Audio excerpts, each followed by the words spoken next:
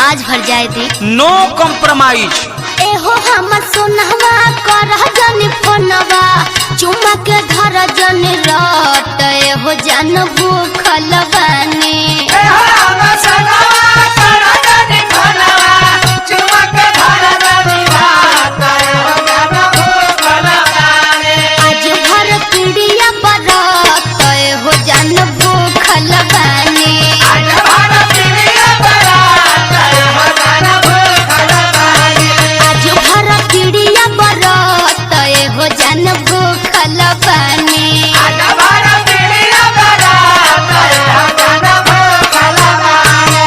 तो हर सब बात ठीक बा, बाकी बतावा कि तू हमार फोन काहे तू नहीं उठावत। सुनो तनी खीर बनावत रहनी है ना। खीर बनावा तारू तू हमार दिल चीर के। पहला सुनो का कहतनी भूली फोनवा धरैनी भइल तो बेचैनी कोबे से पानी अखरत तू ही धरौले हो बारू। फोनवा धरैनी भइल तो बेचैनी कोबे से पानी अखरत तू ही धरौले हो बारू। रोजे चुम्मा के लत तू ही धरौले हो बारू।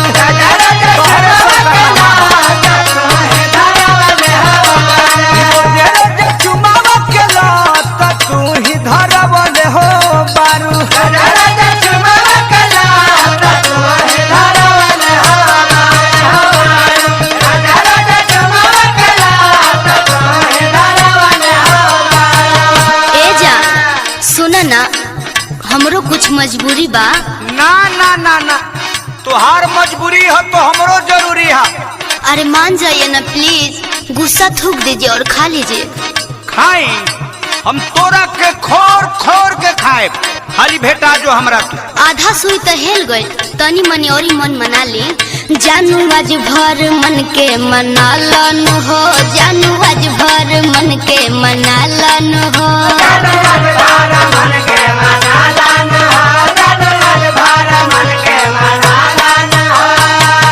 देखिए ज्यादा आप रुलाइएगा तो हम खाना वाना नहीं खाएंगे। का कहतरू? अरे ना ना ना पगली, हम मान गई, खाना भी खा लेनी, मगर तू हो खाना खा ली है।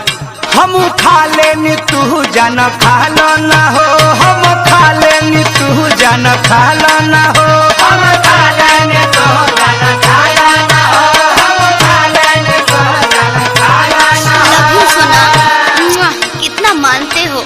अच्छा बताओ सोना, तहार मुंह काहे सुखल बा? तू बड़ू भूखल हम बने सूखल। काहे जान?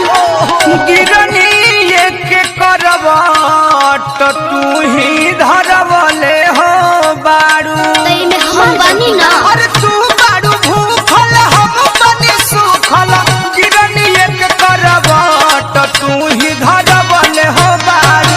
रोज रोज चुमावा के लत तू ही धरवले हो बारू। रोज रोज चुमावा के लत तू ही धरवले हो बारू। रोज रोज चुमावा के लत तू ही धरवले हो बारू। रोज रोज चुमावा के लत तू ही धरवले हो बारू। अरे जान, अरे का कहतरू? अब जान का कहले बड़ू, परान ले बुका हमार। अरे ई पीड़िया भैया खातिर भूखल बानी ना।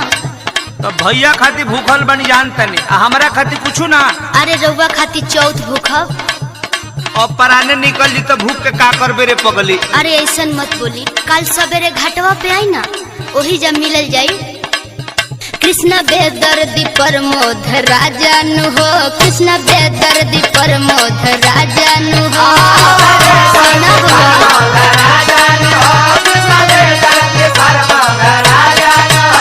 आज हमरा के तू बहुत बड़ा सजा दे देलू। का? अब सहात बाना हमरा। अब आप रउआ ऐसन बात करेनी, अब तक खत्म हो गए, सुबेरे मिले ही के बाद।